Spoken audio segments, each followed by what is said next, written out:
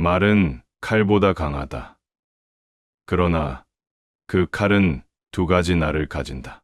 잘 쓰면 관계를 살리고 잘못 쓰면 관계를 망친다. 사람들은 무심코 한 말이 상대에게 얼마나 큰 상처를 줄 수 있는지 알지 못한다. 내가 그때 왜 그 말을 했을까? 이런 후회를 해본 적 있는가? 가까운 친구와의 사소한 농담으로 멀어진 경험. 가족에게 쏟아낸 말로 오랫동안 냉랭해진 순간을 떠올려 보라. 이 모든 문제는 말이 우리의 감정을 담는 도구이면서 동시에 관계를 깨뜨리는 무기가 될 수 있다는 사실에서 비롯된다. 그러나 걱정할 필요는 없다. 법륜스님께서 가르쳐 주신 말할 때 주의해야 할 10가지 원칙을 따르면 말의 실수에서 벗어나 더 따뜻한 관계를 만들 수 있다. 오늘은 이 원칙들을 통해 말로 망친 관계를 되돌리고 말로 세상을 따뜻하게 만드는 법을 배워보자. 1. 철학을 강요하지 말라. 각자의 삶은 각자의 것이다. 사람마다 살아온 환경과 경험은 다르다. 부모 세대의 철학이 자녀 세대에도 반드시 맞는다는 보장은 없다. 그러나 부모들은 종종 자녀들에게 자신의 철학을 강요하곤 한다. 내가 살아보니 이게 맞더라. 너는 아직 어려서 모를 테지만 내가 하라는 대로 해라. 이 말들은 부모가 자녀를 위하는 마음에서 나온 것이다. 하지만 자녀 입장에서 그 말이 고맙게 들릴까? 대부분은 또 잔소리야 라며 마음의 문을 닫는다.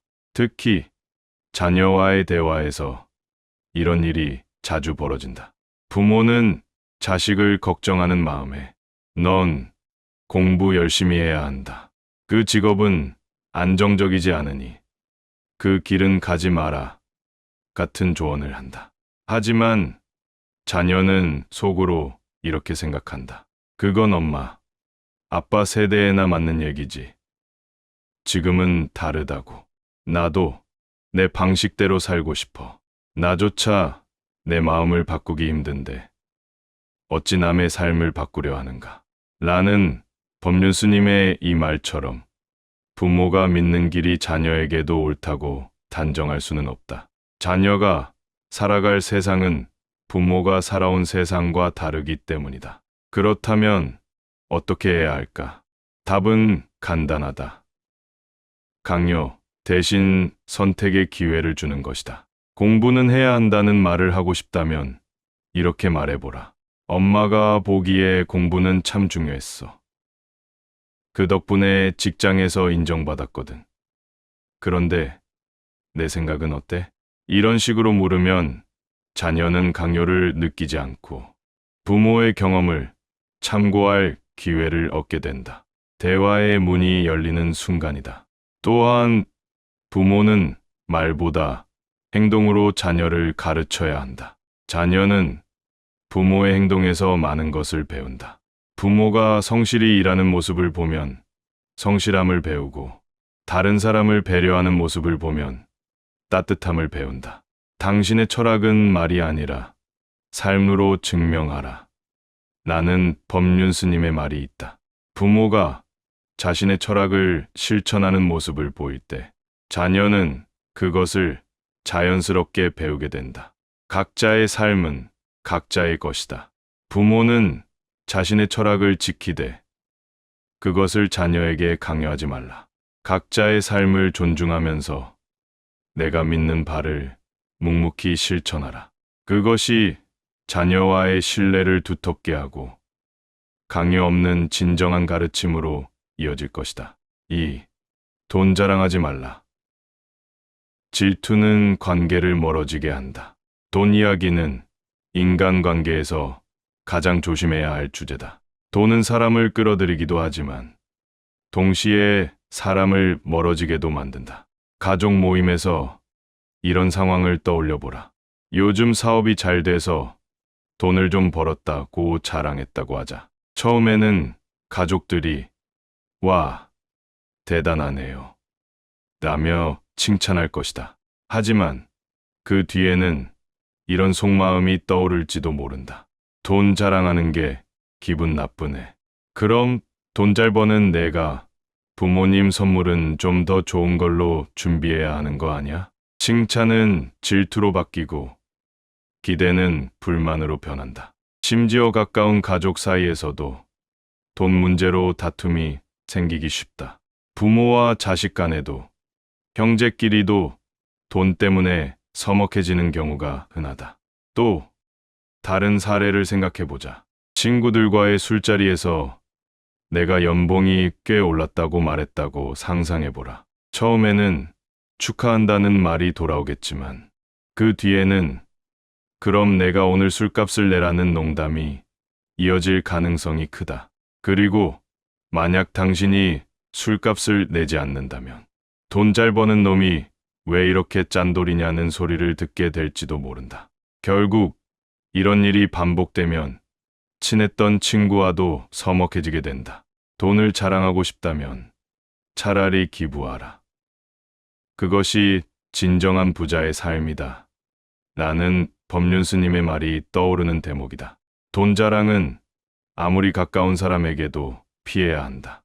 돈 자랑은 나를 돋보이게 하는 것이 아니라 사람들 사이에 보이지 않는 벽을 세운다. 돈은 관리해야 할 도구일 뿐 자신을 드러내는 도구가 되어서는 안 된다. 돈 이야기를 하고 싶다면 돈으로 무엇을 베풀었는지를 돌아보라. 그것이야말로 가장 가치 있는 돈 자랑이다. 3. 재능을 과시하지 말라. 진정한 선행은 침묵 속에서 빛난다. 사람은 누구나 자신이 가진 재능이나 능력을 인정받고 싶어 한다. 그러나 재능을 과시하면 그 가치는 반감되고 사람들 사이에 불편함을 불러일으킬 수 있다. 한 사람이 퇴직 후 목공예를 배웠다고 하자. 그가 친구들에게 이렇게 말한다. 내가 만든 가구가 얼마나 정교한지 봐봐. 내가 이 정도로 잘한다니까 사람들이 놀라더라. 처음에는 친구들이 칭찬할 것이다. 그러나 시간이 지나면서 친구들은 이렇게 생각할 수도 있다. 또 자기 자랑이네. 다음에 부탁하면 생색내겠지. 왜 이렇게 자기 얘기만 할까? 법륜 스님의 다음과 같은 말이 떠오른다. 당신의 재능은 누군가가 요청할 때 빛난다. 그러나 자랑으로 꺼내면 그것은 질투와 부담이 된다. 재능은 과시할 때보다 필요한 사람에게 조용히 나눌 때 진정한 가치를 발휘한다. 어려운 상황에 처한 이웃에게 목공예로 가구를 만들어주는 사람이 있다고 해보자. 그는 조용히 가구를 만들어 전달하며 말한다. 별거 아니에요. 그냥 제가 좋아서 한 거예요. 그 사람의 마음은 상대방에게 진정으로 전달되고 그의 재능은 더 아름답게 빛난다. 재능은 내가 나누었을 때 그리고 나눈 뒤 잊어버릴 때 가장 아름답다. 침묵 속에서 이루어진 나눔이야말로 진정한 선행이며 그 재능을 빛나게 만드는 길이다. 4. 침묵의 가치를 알라. 말보다 큰 힘. 침묵은 단순히 말을 하지 않는 것이 아니다. 침묵은 때로 관계를 지키고 갈등을 해결하며 스스로를 돌아보게 만드는 강력한 도구다. 그러나 우리는 종종 갈등 상황에서 침묵을 잇고 말로 문제를 해결하려 한다. 그 결과 말이 갈등을 해결하기는커녕 오히려 상황을 악화시키는 경우가 많다. 예를 들어보자. 부부싸움 중에 배우자가 작은 실수를 했을 때 처음에는 조용히 넘어가려 했지만 화를 참지 못하고 이렇게 말해버린다. 너는 왜 항상 그런 식이야? 이 말을 들은 상대방은 즉시 방어적으로 반응하며 싸움이 격해진다. 그리고 화가 난 상태에서 쏟아낸 말들은 상대방의 마음에 깊은 상처를 남길 수 있다. 이때 문제는 단순히 싸움의 내용이 아니라 감정적으로 내뱉은 말이 관계를 악화시킨다는 점이다. 법륜 스님은 이렇게 말씀하셨다. 갈등 속에서 침묵은 문제를 해결하는 첫걸음이다. 말이 상대의 마음에 닿지 않을 때 침묵으로 공간을 만들어라. 침묵은 단순히 피하는 것이 아니다. 침묵은 문제를 회피하는 것이 아니라 말다툼이 더 큰 문제로 번지지 않도록 막는 보호막이다. 침묵은 상대방이 자신의 행동을 돌아볼 수 있는 여유를 준다. 만약 당신이 감정적으로 대응하지 않고 침묵을 유지한다면 상대는 왜 아무 말도 하지 않을까? 라며 스스로를 돌아보게 될 것이다. 이처럼 침묵은 말보다 더 강력한 메시지를 전달할 수 있다. 침묵은 단순히 상대방을 위한 것이 아니라 나 자신을 위한 도구이기도 하다. 갈등 상황에서 침묵하며 내가 한 말과 행동을 되짚어보는 계기를 가질 수 있다. 이를 통해 감정에 휩싸여 했던 실수를 줄이고 더 현명한 결정을 내릴 수 있다. 침묵은 말보다 강하다. 때로는 100마디의 말보다 차분히 침묵하는 태도가 갈등을 해결하는데 더 효과적이다. 갈등 상황에서는 말하기 전에 한번 멈추고 침묵의 힘을 활용하라. 그 침묵이 당신과 상대방 모두를 더 나은 방향으로 이끌 것이다. 5. 적절한 때를 기다려 말하라. 위로가 먼저다. 아무리 옳은 말이라도 타이밍을 잘못 맞추면 독이 된다. 특히 상대방이 실패하거나 실수를 했을 때 그 순간에 비판적인 말을 한다면 관계는 더 멀어지게 된다. 친구가 사업에서 실패했다고 상상해보자. 그 순간 당신이 내가 그때 그 사업하지 말랬잖아 라고 말했다면 그 친구는 이렇게 느낄 가능성이 크다. 이 사람은 나를 위로하기는커녕 상처를 주는구나. 이후에는 당신이 아무리 옳은 말을 해도 그 친구는 귀 기울이지 않을 것이다. 사람의 마음은 먼저 위로를 받아야 열린다. 이로 없는 충고는 닫힌 문을 두드리는 것과 같다. 나는 법륜 스님의 말처럼 어떤 말을 해야 할지 고민된다면 위로와 공감부터 시작하라. 많이 힘들었겠다. 괜찮아. 다 잘 될 거야. 이런 말은 단순해 보이지만 상대방의 마음을 여는데 충분하다. 위로가 전달된 뒤에는 조언도 더 효과적으로 받아들여진다. 한 예로, 다음에는 이런 방식으로 해보면 어떨까? 라는 말도 상대가 이미 위로받아 마음이 열렸을 때라야 진심으로 들릴 수 있다. 말은 내용만큼이나 타이밍이 중요하다.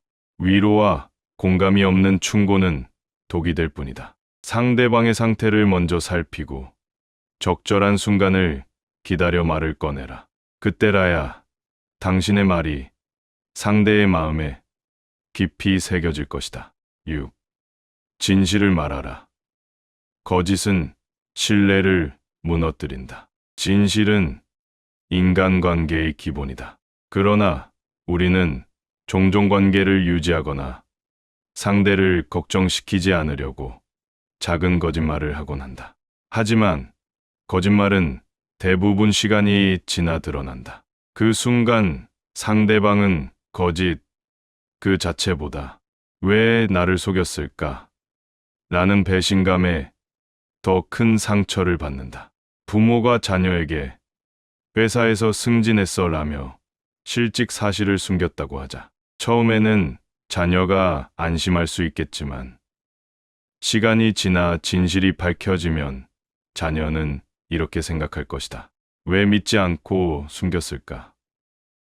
나도 믿을 수 없는 사람이었나? 이처럼 거짓말은 표면적으로는 관계를 유지시킬 수 있지만 그 관계를 깊게 만들지는 못한다. 법륜 스님은 이렇게 말씀하셨다. 거짓은 관계를 잠시 유지시킬 수는 있어도 깊게 만들지는 못한다. 신뢰는 오직 진실에서 시작된다. 그러나 진실을 말한다고 해서 모든 것을 직설적으로 표현할 필요는 없다. 배려와 타이밍을 고려해 진실을 부드럽게 전달해야 한다. 친구가 새 옷을 자랑하며 이거 어때? 라고 물었을 때 그 옷 별로야 라고 솔직히 말하면 상대방은 상처받을 수 있다. 대신 이렇게 말해보라. 이 스타일도 괜찮지만 다른 옷을 입었을 때 더 멋있었던 것 같아. 진실을 부드럽게 포장하는 방법을 익히면 말의 힘은 더 커진다. 진실은 관계를 깊고 단단하게 만든다. 그러나 진실을 말할 때에는 반드시 상대방의 상태와 타이밍을 고려하라. 배려와 공감을 더해 진실을 말할 때 당신의 말은 상대방에게 신뢰를 심어줄 것이다. 7. 비밀을 쉽게 말하지 말라. 입에서 나온 비밀은 더 이상 비밀이 아니다. 비밀은 신뢰를 기반으로 공유된다. 그러나 입에서 나온 비밀은 더 이상 비밀이 아니다. 회사 동료가 우리 부장님 진짜 무능력한 것 같아 라고 속삭였다고 하자. 당신은 그 말을 가슴 속에 담아두려 했지만 다른 동료와 대화하다가 무심코 우리 부장이 요즘 별로라는 얘기가 있더라 라고 말해버렸다고 상상해보라. 이 비밀은 결국 부장님 귀에 들어가게 될 가능성이 크다. 결과적으로 비밀을 털어놓았던 동료는 상사로부터 신뢰를 잃고 비밀을 흘린 당신 역시 신뢰를 잃게 된다. 비밀을 지키지 못하는 사람은 신뢰를 받을 자격이 없다. 나는 스님의 말이 있듯이 비밀을 공유받았을 때는 그것을 나와 함께 묻어야 할 책임이 생긴다고 생각하라. 내 입에서 나간 비밀은 나의 통제를 벗어나고 결국 누군가에게 해를 끼칠 수 있다. 비밀은 단순한 대화가 아니라 관계를 유지하는 중요한 약속이다. 비밀을 지키는 책임감은 당신의 신뢰를 더 단단하게 만들어줄 것이다. 말은 도구이자 무기다. 작은 말 한마디가 사람의 마음을 따뜻하게 할 수도 있고 차갑게 얼어붙게 할 수도 있다. 법륜 스님의 가르침은 단순히 말을 조심하라는 것이 아니다. 그것은 우리가 말로 관계를 살리고 사람들과 깊이 연결될 수 있는 방법을 알려준다. 말은 씨앗이다. 당신의 말이라는 씨앗이 상대방의 마음에 꽃을 피울지 아니면 돌이 되어 상대를 무겁게 누를지는 당신의 선택에 달려있다. 따뜻한 말과 행동으로 세상에 좋은 씨앗을 심으라. 그것이 당신이 남길 수 있는 가장 아름다운 유산이 될 것이다.